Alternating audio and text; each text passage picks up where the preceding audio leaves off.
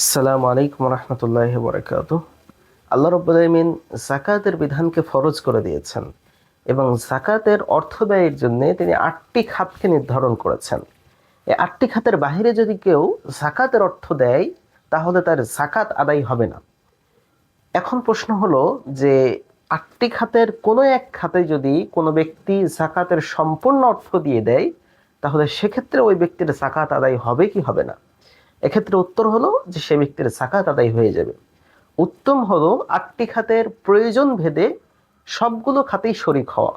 তবে কোনো ব্যক্তি যদি অধিক প্রয়োজন মনে করে কোনো একটি খাতেই যাকাতের সম্পূর্ণ অর্থ দিয়ে দেয় সেক্ষেত্রেও ব্যক্তির যাকাত আদায় হয়ে যাবে। এ ব্যাপারে দলিল হলো সহিহ বুখারীর 1466 নম্বর হাদিসের মাঝে এসেছে, আনসারী এক মহিলা এবং আব্দুল্লাহ ইবনে মাসউদ রাদিয়াল্লাহু আনহুর স্ত্রী, তারা দুইজন নবী করিম সাল্লাল্লাহু আলাইহি ওয়াসাল্লামের কাছে এসে বেলাল রাদিয়াল্লাহু আনহুর মাধ্যমে প্রশ্ন করেছিলেন যে যদি তাদের স্বামীদের এবং স্বামীদের পোষ্য এতিমদের ক্ষেত্রে যাকাতের অর্থ দিয়ে দেয় তাহলে তাদের যাকাত আদায় হবে কি হবে না?